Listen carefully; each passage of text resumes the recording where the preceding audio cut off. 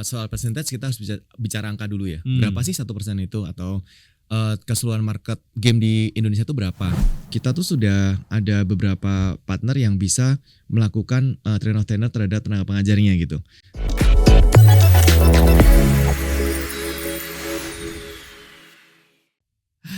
Sobat investor, kalau ngomongin soal Fincast kali ini kita akan sedikit nostalgia karena kita akan mengingat-ingat momen-momen ataupun masa-masa di mana kita main game konsol ya, main Sega, main Nintendo. Permainannya banyak banget, ada yang Sonic, terus juga ada apa lagi ya? Ada apa lagi game-gamenya? Game zaman dulu. Ada Harvest Moon, Nintendo, Mario Bros dan lain sebagainya ya.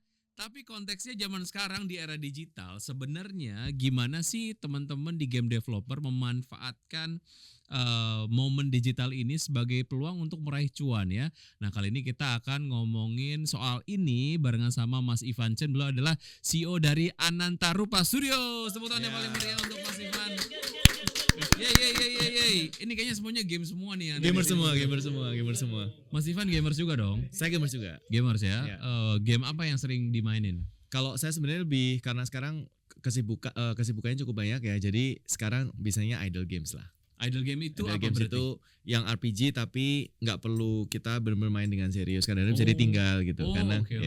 Saya udah lama nggak main game jadi saya kurang tahu jenis-jenis game yang sekarang kayaknya lagi hits. Oke, tapi satu hal yang menarik, pasar game di Indonesia itu gede banget ya. Yes. Ada yang bilang seperti itu. Tapi ternyata untuk game developer lokal baru menguasai 1% aja. 99% dikuasai oleh developer game asing. yes. Bener ya? Betul Mas Ivan ya? sekali. Itu kenapa kok bisa kayak gitu? Jadi sebenarnya kita kecolongan ceritanya nih. Jadi dulu kita saya sudah pernah bilang ya tahun 2015 tuh waktu pertama kali Backcraft berdiri ya. Ini kita harus fokusnya ke IP nih dan ini ada industri yang potensial banget. Jadi 2015 itu saya udah lihat bahwa tren gaming ini bakal naik terus dan itu ada ini ya, di kita kan birokrasi itu kadang-kadang ribet ya. Nomenklaturnya salah lah, terus nanti gimana lah. Jadi waktu itu game itu dijadiin satu sama aplikasi. Jadi under radar. Terus program-programnya pun kita ada satu inherent ini ya, kebiasaan inherent yang menurut saya kurang bagus, yaitu membuat program berdasarkan PDB. Jadi biasa kita lihat kan, ada pengumpulan data, kemudian nanti ada FGD. Ujung-ujungnya yang disupport hanya industri-industri yang memang secara transaksional besar, tapi itu dari data yang disensus. Sedangkan game ini kan cross border. Jadi data-data transaksinya kadang-kadang kita kalau sensus nggak ada karena perusahaannya nggak ada di sini. Tapi transaksinya dari sini mengalir keluar gitu. Dan itu kecolongan cukup lama. Jadi ya sekarang akibatnya kita tergerus terus gitu. Oke, itu yang akhirnya tidak terbaca sehingga berdampak kepada formulasi sebuah kebijakan yang tujuannya adalah untuk mendevelop industri kreatif, tapi kemudian yang game nggak tersentuh sama sekali. Karena marketnya memang ada dan gede banget gitu, tapi ya playernya ada di luar sana gitu ya, produsennya, developernya gitu. Produsen ya, betul. Oke. Nah, sebenarnya kalau ngomongin soal itu ya, itu menjadi satu hal yang kayaknya jadi pekerjaan rumah yang sebenarnya juga harus diselesaikan gitu ya. Yes. Nah, mengingat ini kemudian menjadi sebuah kenyataan, kita baru menguasai 1% aja, 99% oleh game developer asing. Apa yang bisa dilakukan supaya kemudian kuasaan pasarnya itu ya jangan 1% banget kali gitu ke depan, pengennya sih lebih besar dari itu, Mas Ivan. Apa yang dilakukan? Ya, jadi kalau bicara soal percentage kita harus bicara angka dulu ya. Berapa sih 1% itu atau keseluruhan market game di Indonesia itu berapa? Nah, market di Indonesia itu tahun kemarin ya, itu 31 triliun. Yang itu berarti lebih dari 6 kali lipat industri film. Yang baru yang mencapai itu dalam waktu 40 tahun kan. Jadi industri game ini sangat pesat sekali berkembangnya, dan ini yang salah satu yang membuat kelihatannya tiap tahun itu presentasi kita terus-menerus turun karena apa yang produk yang didevelop oleh game developer Indonesia ternyata nggak sesuai dengan market di Indonesia. Nah, itu ada banyak hal ya yang jadi penyebabnya, yaitu misal kayak ekosistem pendidikannya. Jadi kita kan mengenal biasanya triple helix. Di Indonesia kita selalu mengacu pada pentahelix, padahal pentahelix itu media dan komunitas itu di luar yang triple helixnya. Sementara triple helixnya itu adalah kebijakan soal bagaimana membuat ekosistem yang sehat ya, dari pemerintah, industri, dan kemudian institusi pendidikan itu masih belum nyambung. Nah ini harus kita yang kita beresin dulu. Oke. Karena kalau ini tanpa ini nggak nyambung, kita oke, kita mau bikin game pun kita susah cari talent. Setelah gamenya jadi, kebentur lagi masalah kita mau publishing atau asas pemasarannya, asas marketnya nggak terbuka dan banyak hal seperti itu. Belum lagi asas pendanaan. Oke. Nah makin kesini udah makin lebih baik nggak sih ekosistemnya, Mas? Sebenarnya pemerintah mulai sadar dari 2 tahun yang lalu ya. Jadi sudah memformulasikan kebijakan ke depannya yang kemarin kita sebut aja ya, nanti akan ada perpres soal percepatan industri game nasional. Spesifik tuh ya, ada spesifik. perpres yang ngomongin soal game Percepatan nasional. industri game nasional. Oh, wow. Ya. Kenapa? Karena di seluruh dunia lagi ngomongin game nih, Mas. Jadi kayak kita lihat ya di dunia ini, kita lihat di dunia pun kalau kita mau bikin program ya kan kita harus lihat ya growth rate di dunia itu berapa. Dan game ini adalah industri digital yang growth rate-nya tertinggi, bahkan mampu bertahan atau resilient during pandemi atau krisis. Terbukti waktu 2008 mereka industri game juga naik, kemarin waktu pandemi juga naik. Artinya ini industri yang cukup strategis. Kemudian dari sini kita bisa lihat trennya tuh menuju 2030 ternyata industrinya besar sekali. Valuasinya sampai 2030 tuh bisa kemarin dari Fortune Business Insight ya itu mencapai $600 miliar. Dan ini berarti jauh lebih besar daripada film dan musik digabung. Jadi lebih dari 5 kali lipat. Dan ini yang harus kita antisipasi kalau Indonesia ingin punya sumber pertumbuhan ekonomi baru, sektornya apa yang strategis. Nah ini ujung tombaknya sekarang game, meskipun yang saya highlight game ini nggak bisa berdiri sendiri. Karena ini adalah salah satu dari namanya content industry. Nah ini salah satu yang kita juga nggak kelihatan di kebijakan kita. Kita kan punya 17 subsektor ya. Jadi subsektor terbanyak nih mungkin di dunia. Karena biasanya kalau kita bicara industri kreatif hanya berbicara dengan 5-6 subsektor aja. Yang biasanya tuh ujung tombaknya industri konten. Jadi komik atau webtoon, film, game, musik, dan animasi dan mainan. Gitu. Oke. Nah, secara regulasi ini kan berarti secara paralel diperbaiki gitu ya untuk memanfaatkan potensi dari industri game ataupun market dari game di Indonesia sendiri gitu ya. Walaupun memang kita cukup tertinggal jauh lah kalau ngomongin soal Jepang ataupun mungkin negara-negara yang game developernya secara ekosistem, apakah itu dari pemerintahnya, kemudian juga dari pasarnya itu udah growth-nya udah luar biasa gitu. Nah, tapi kalau dari sisi game developernya sendiri, artinya gini, kalau kita ngomongin soal tren ataupun selera gamers yang ada di Indonesia gitu, mereka tentunya ada berbagai macam preferensi lah ya. Kenapa mereka suka banget sama game-game asing gitu, karena A, B, C, D gitu. Nah sejauh mana ini kemudian dipelajari oleh teman-teman game developer lokal supaya memang maunya si market ini bisa terbaca dan diakomodir lewat game-game yang diproduksi oleh teman-teman. Oke. Jadi saya nggak mau membuat pernyataan yang seolah kayak orang anak muda Indonesia suka game asing ya. Tapi sebenarnya lebih kepada tren genre dari game itu sendiri. Jadi kalau berdasarkan research itu 90% pemain game di Asia Tenggara itu memainkan game-game yang bertemakan multiplayer, baik itu sosial maupun e-sports. Dan itu terrefleksi di transaksional yang ada di Indonesia. Jadi top 100 game yang menghasilkan 85% revenue transaksi di Indonesia yang dari 31 triliun tadi itu gamenya multiplayer, baik itu sosial maupun e-sports. Oke, yang main suka berisik teriak-teriak itu ya. Yang betul ya.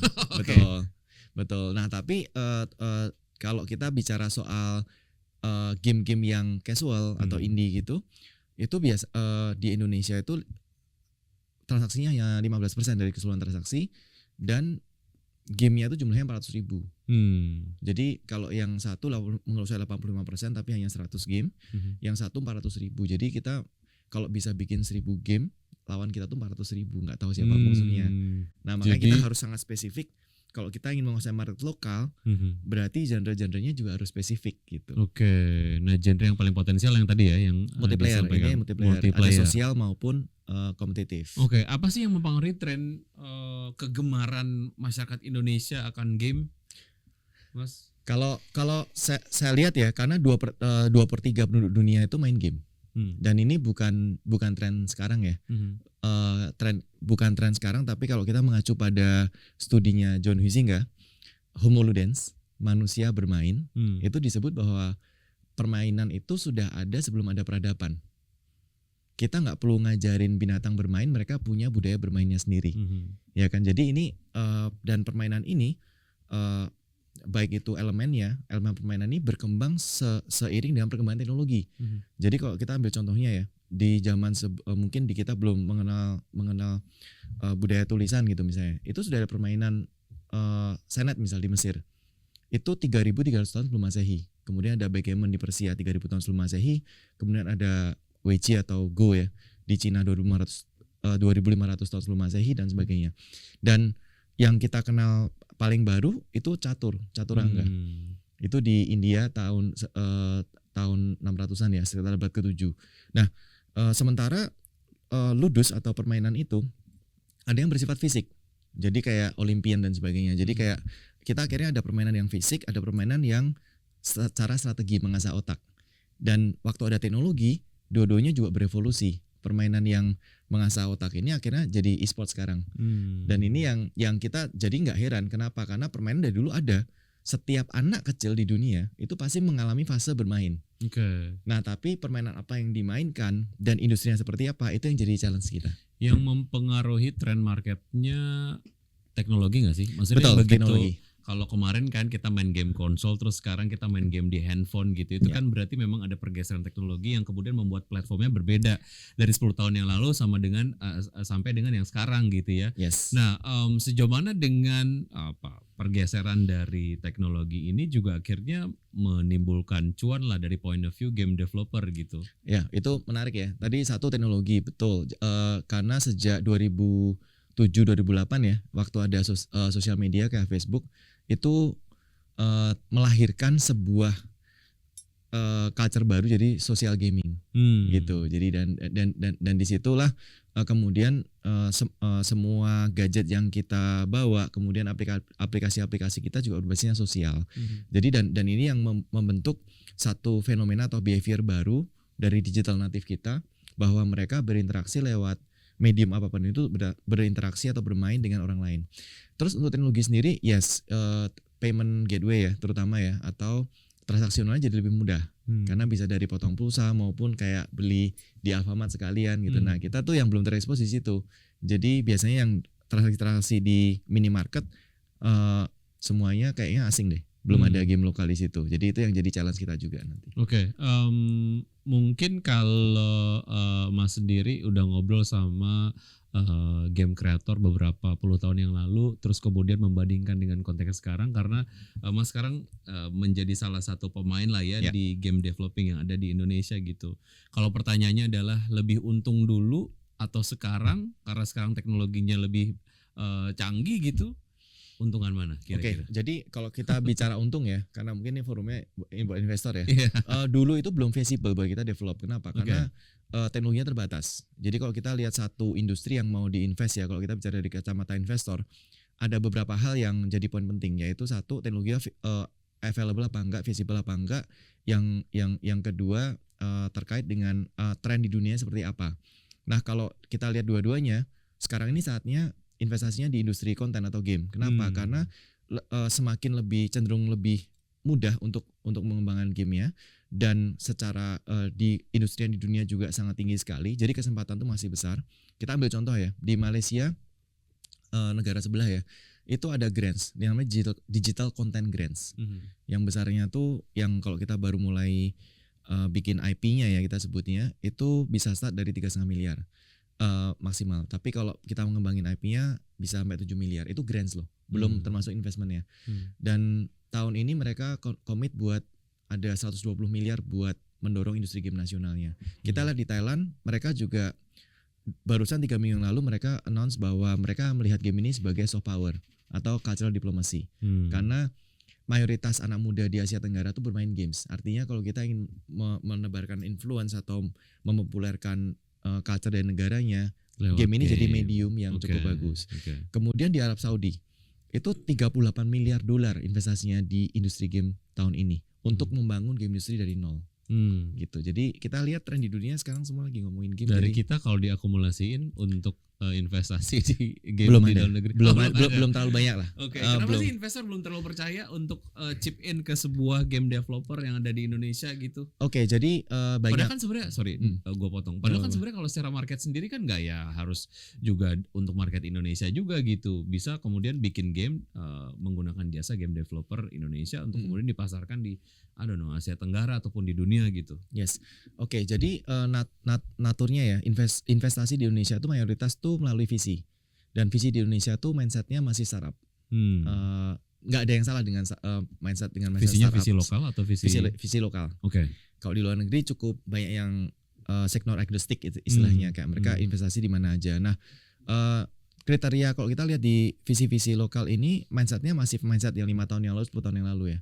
Jadi arahnya ke arah startup sebenarnya, bukan ke arah kayak industri konten seperti ini.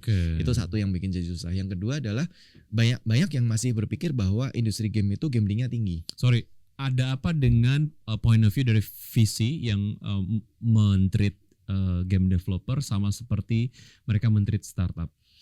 Ya, karena kalau startup itu perusahaannya apa bidangnya ya itu. Misal kayak Facebook, perusahaannya Facebook, aplikasinya Facebook.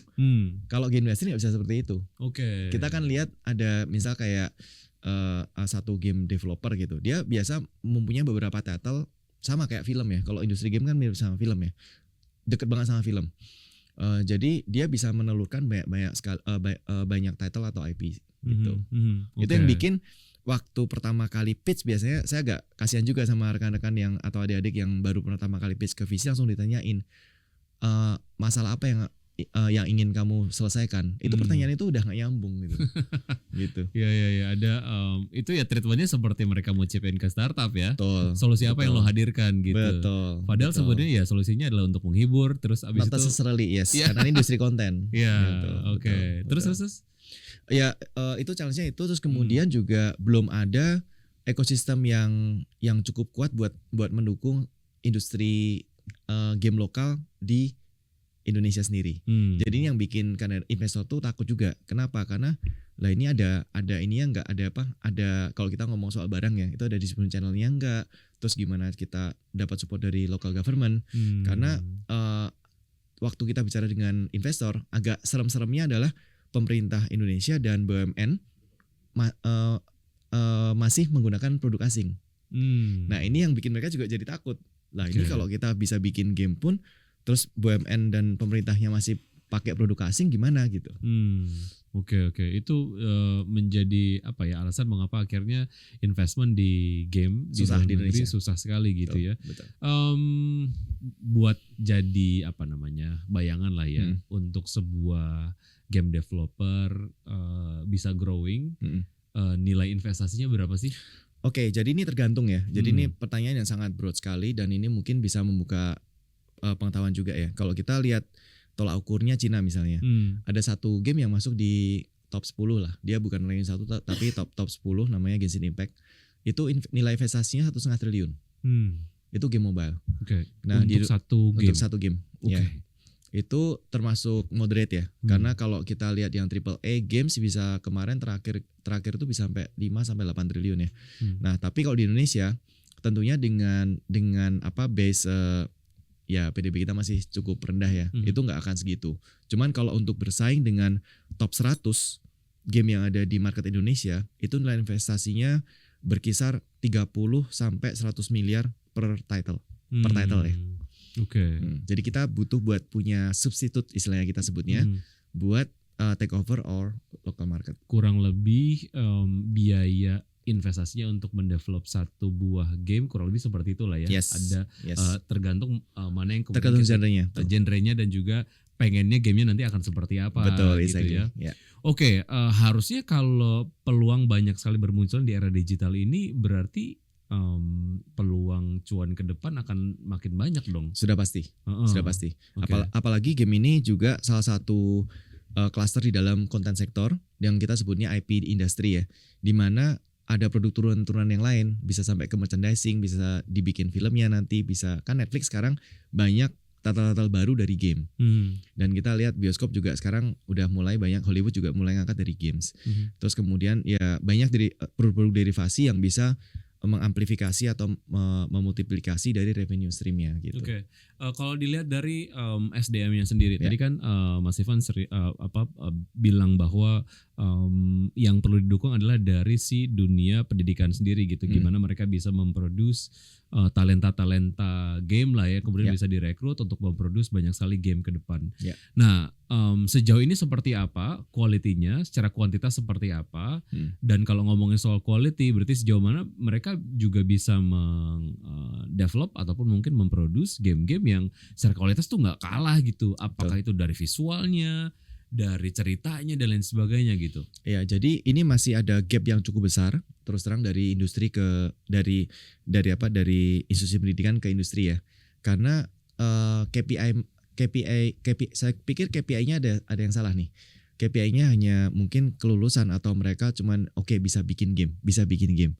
Tapi kalau kita bicara soal industri masih jauh sekali di bawah. Dan ini yang PR kita bersama. Kenapa? Karena kalau kita berbicara soal triple helix tadi ya, kita akan kembali ke triple helix nih, karena triple helix of innovation ya, yang di seluruh dunia pakai standarnya itu harus industri yang lead. Nah di sini kadang-kadang lulusannya talent kita itu nggak nyambung sama industrinya, jadi kita juga bingung. Kadang-kadang waktu kita ada satu yang pinter pun kita harus ada onboardingnya 3-6 bulan. Nah, jadi ini kok bisa digeser.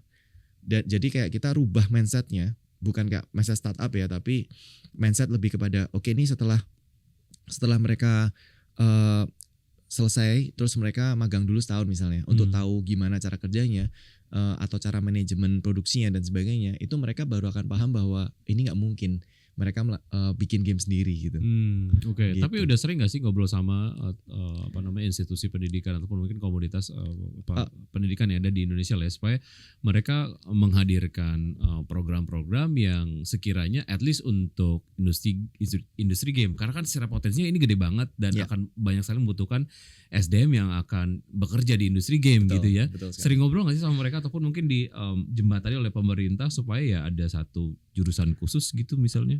Kita cukup sering ngobrol ya, dan kita sudah tekankan, kita tuh sudah ada beberapa partner yang bisa melakukan train of trainer terhadap tenaga pengajarnya gitu. Tapi ini belum ada, kalau saya sebenarnya belum ada goodwill ya dari pembuat kebijakannya supaya ini bisa nyambung. Jadi ini yang kita juga masih cari gimana supaya bisa nyambungnya sih, karena kita willing buat open apa yang kita butuhkan dan gimana caranya kita meningkatkan capacity tenaga pengajarnya dulu ya. Karena kalau diklat-diklat nggak ada gunanya tuh, karena tiap tahun akan berulang terus.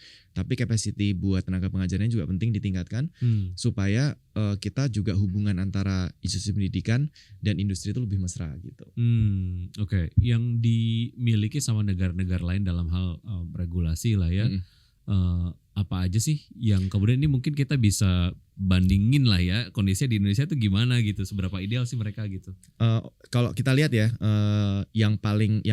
saya kan juga meneliti beberapa kebijakan di beberapa negara ya, yang udah paling jelas itu ekosistem triple helix-nya tuh kalau misalnya di Korea itu bagus sekali, karena mereka kurikulum setingkat universitas itu bisa diganti kapan aja. Indonesia mungkin butuh 4 tahun ya buat ganti kurikulum. Dan itu belibet banget karena ada yang merasa lebih berhak buat mengkaji kurikulumnya daripada industrinya. Dan itu industri led banget. Kenapa? Karena saya tahu sendiri mentor-mentornya dari industri. Kemudian mereka banyak sekali melakukan adjustment. Yang kedua adalah policy buat akses pendanaan. Yang kita ngacu dulu di Korea ya, itu ada tax policy tapi ke investor. Nah ini kan sangat menarik. Kenapa? Karena ini bakal membuat industrinya lebih sustainable. Jadi tax policy terhadap investor atau sponsor ini gimana? Jadi kalau ada investor yang mau invest atau ada konglomerat ya, kalau di Korea namanya chaebols, itu bisa dipotongkan dari tax yang harus dibayarkan sama dia. Walaupun ada maksimalnya, misal maksimum 2%. Jadi sama-sama mereka misal nih bayar tax 1 triliun setahun, tapi kalau dipotong 2% mungkin 20 miliar gitu bisa diinvestasiin ke industri game misalnya. Itu bakal membantu banget dan mereka juga toh harus bayar tax 1 triliun 20 miliar nggak ada artinya kan. Padahal dia investasinya adalah di sektor lain di luar sektor game gitu ya. Yes. Oh, Cebol oke. itu di luar game, dan itu yang kita Jadi juga semacam pengen dorong. Silang. subsidi silang lah ya. Teksnya dipakai untuk Exactly, membesarkan si industri game yang ada di sana. Betul. Oke. betul. Menarik banget. Tapi kalau ngomongin soal market dari Indonesia sendiri, gue yakin Mas Ivan sama teman-teman sering ngobrol sama komunitas pemain game yang ada di Indonesia gitu. Tapi mereka willing to bermain menggunakan game-game lokal ya. Ya, jadi gini, ini adalah challenge lagi ya. Game developer Indonesia tuh biasanya mereka nggak punya, termasuk kita ya, itu nggak punya cukup capital buat nembus atau memperkenalkan ke market kita. Biasanya kalau game asing itu mereka lebih punya apa ya? Pokoknya ongkos budget marketing marketingnya ya, itu lebih marketingnya punya. promosinya gede banget lah gitu ya. Nah, ini kan perlu ada semacam kebijakan buat leveling the playing field. Gimana kita memperkenalkan game-game lokal kita ke pasar kita yang mayoritas anak-anak muda ini. Dan ini yang harus berkolaborasi ya lintas kementerian ya gitu. Oke. Terakhir harapannya untuk pemerintah, kemudian ekosistem gamenya sendiri, karena kan secara ekosistem juga ya mungkin banyak yang harus diperbaiki gitu. Ke masyarakatnya sendiri, gimana supaya si persentase tadi yang cuma 1% ini nambah lah gitu setiap tahunnya. Ya, oke. Yang ini kita sebenarnya sudah mulai ke arah ke sana ya, karena pemerintah sudah mulai sadar, dan ini tuh masalahnya masalah sistemik. Jadi masalah sistemik harus bisa dipecahkan dengan solusi yang sistemik juga. Maksudnya kita lihat ini sebagai satu sistem, bukan cuma game aja, bukan cuma dari satu bidang edukasi aja, tapi end to end sampai ke ekosistem yang lebih gedenya lagi adalah ekosistem industri konten tadi, yang masuk film juga, animasi juga, komik juga. Jadi kalau ini bisa dipecahkan challenge-nya, Indonesia akan mempunyai sumber pertumbuhan ekonomi baru. Itu yang bikin yang harus dijadiin misi dari pemerintah juga gitu. Tanpa mengeruk sumber daya alam, kita udah bisa dapat banyak duit gitu ya. Ya, sumber daya budaya istilahnya. Kalau kita sebut dari industri konten ini juga disebut di luar negeri itu sebagai cultural industries. Oke, rasanya sih gue cukup optimis dengan pertumbuhan industri game yang ada di Indonesia gitu. Mudah-mudahan ke depan pemerintah semakin melihat ini sebagai sebuah sektor yang potensial gitu ya, dan pemerintah juga pasti juga dapat banyak income dari ini dong ya, dari pajak dan lain sebagainya gitu. Oke, masih banyak pertanyaan yang gue ingin sampaikan kali ini, tapi waktunya terbatas. Mas Ivan, terima kasih sudah bergabung di Vincast. Tepuk tangan yang paling meriah untuk Mas Ivan Chen dari Antarupa. Pokoknya ya sore nanti gue pengen denger game-game Indonesia merajai marketnya sendiri, dan juga siapa tahu mungkin game Indonesia bisa merajai Jepang ataupun mungkin Korea Selatan. Amin ya, amin. Siap, thank you Mas Ivan, sehat-sehat, dan untuk sobat investor jangan lupa untuk terus menyaksikan Vincast di episode-episode berikutnya yang tentu saja dengan obrolan-obrolan dan juga bahasan yang menarik. Saya Vicky Adrian, dah. Thank you Mas. Thank you.